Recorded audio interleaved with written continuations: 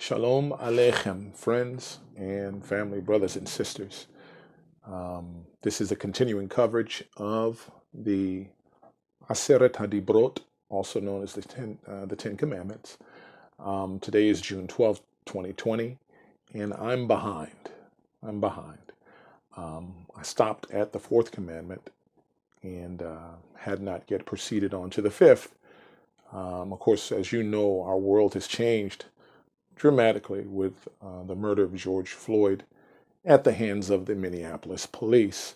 The ensuing protests, there's been riots, there's been violence.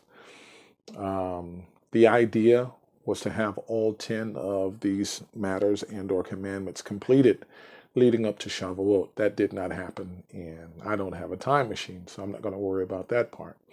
But I still wanted to finish up these commandments and offer insight on them nonetheless. My prayer is that the Most High, Yud He Vav He, will get the glory out of everything that's happening, and that in His perfect timing and according to His will, that all will be well for us. I know that He has not forgotten us. He sees, He hears, and He knows. And in my mind, just as He gave the Emori and the Hitti and the Kanaani 400 years or so to repent, so is He leaving the door open for this very country to repent for its oldest, most hateful crime, and for a crime that is antithetical to exactly what I've been attempting to cover.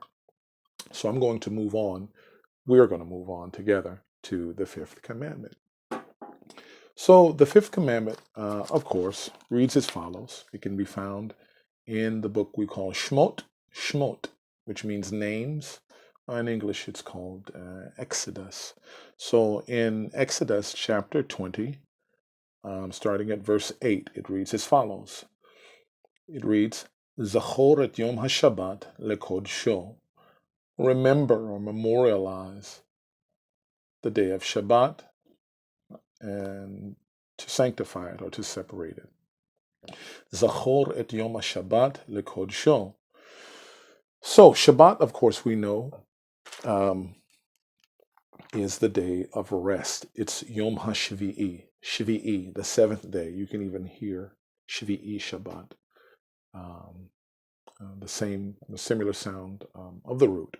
But it is to cease and to stop, to give pause and to rest. In this case, we know that our Elohim, Yehovah, He created the heavens and the earth in 6 days. And on that seventh day, He rested, not because the work was somehow so laborious that it tired Him out. Nothing from that standpoint. But He rested because this work, in fact, is a work called malacha, not avodah, but malacha, because it is intellectual, cerebral work. It is craft. It is design. And of course, all you have to do, no matter where you are on the planet, is step outside, look up, look around you, and you will see that craftsmanship, and you will see that work. So what is it that's so special and or important about Shabbat or Yom HaShvi'i?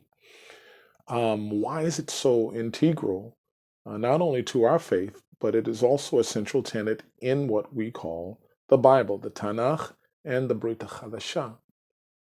Well, I'll tell you why. Everything that He does, we should follow suit.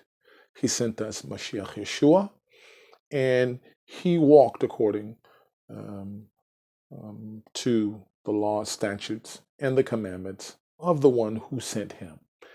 Yeshua followed suit, and He honored Shabbat the whole of His life while He was on earth. And in like manner, so should we. But to go deeper back to the purpose, I've already mentioned creation and our Abba Himself, who rested on that day. But then also, when our ancestors were brought out of the land of Egypt from Mitzrayim, or Beit HaOvadim as it was called, the house of bondage, it was the first thing it was the first day or sacred assembly that was held. Um, they came out, and let's face it, you know, from a bondage standpoint, at least 130 something years of bondage, more than a century.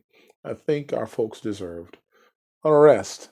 But it's also a commemoration, as you'll find it written in some writings, um, is that the Shabbat, it is the first of our sacred days of assembly that recall or bring into remembrance the exodus of our forefathers from the land of Mitzrayim. It is a reminder. It is a reminder. This is what makes it even more important. There are a few more details that are in the Torah that talks about it. I'll go on to verse or finish um, verse 8 and then go to 9. Zachoret Yom HaShabbat lekodsho. Remember the day of the Shabbat day in order to sanctify it, set it apart. Sheshet Yamim ta'avod. 6 days. 6 days you will work. Ve'asita et kol melachtecha. Ve'asita et kol melachtecha. So you will work for 6 days, okay, and you will do all of your malacha. And remember, as I mentioned, I know it sounds like angel. It's actually from the same root. But I mentioned to you rather that the work that our Abba Yahuwah did was intellectual work, craftsman work. And this is a work that's being mentioned here. You have the word avodah for work, and you also have melacha, which are two different forms of work. Avodah can also be translated as worship. So yes, it's the layers of our language that makes it really intricate and things that you have to pay attention to. Otherwise, you'll lose the full brunt of what's being brought across. Verse 10, V'yom hashvi'i Shabbat leYehuah Elohecha. And the seventh day is a Shabbat to Ar Yud He Vav He Ar Elohim Lo Ta'aseh Kol Melacha. Don't do any craftsmanship type work, okay? Ata uvincha uvitecha, your sons and your daughters. Abdecha, okay? Ve'amtecha, your male servants or your lady servants. Uvihimatcha, your animals. Ve'gurcha asher bish'arecha, or anyone that's within your gates. Why? Verse 11. Kisheshit yamim asa Yehovah et hashamayim ve'et haaretz. Because in 6 days created Yehovah et the heavens and the earth. Jumbled my English and the Hebrew together sometimes. Et hayam, the sea, ve'et kol asher bam, and all that's within it. Okay. Literally everything that's seen, whether it's the heavens and the earth, the heavens and everything that's in the heavens, the greater and the lesser lights. Of course, we remember how he created the sun and the moon and the stars. And the psalmist kind of poetically puts it together in the Psalms when he says, Et hayareach v'kochavim lemimshelot balayla. So the moon and the stars to rule by night, ואת השמש לממשלת ביום, and the sun to rule by day. So he created all of these things and he rested. And so must we as well to follow suit. So yes, that's the fifth commandment, which is Zachoret Yom HaShabbat Lekodsho, to remember or memorialize the Shabbat and to set it apart, okay, and to keep it holy. If you're doing malacha or intricate design type work, you don't have time to focus on him and to think about him and to ponder his word and to ponder his ways. Okay, so I'll be following up shortly and kind of cramming in a few videos here, so don't give me a hard time if I'll have the same shirt on. And it's probably backwards because I'm not so tech savvy. That's right, I'm old school is what it says. Blessings, peace, and love to all of you Israel. I'll see you soon. Thanks.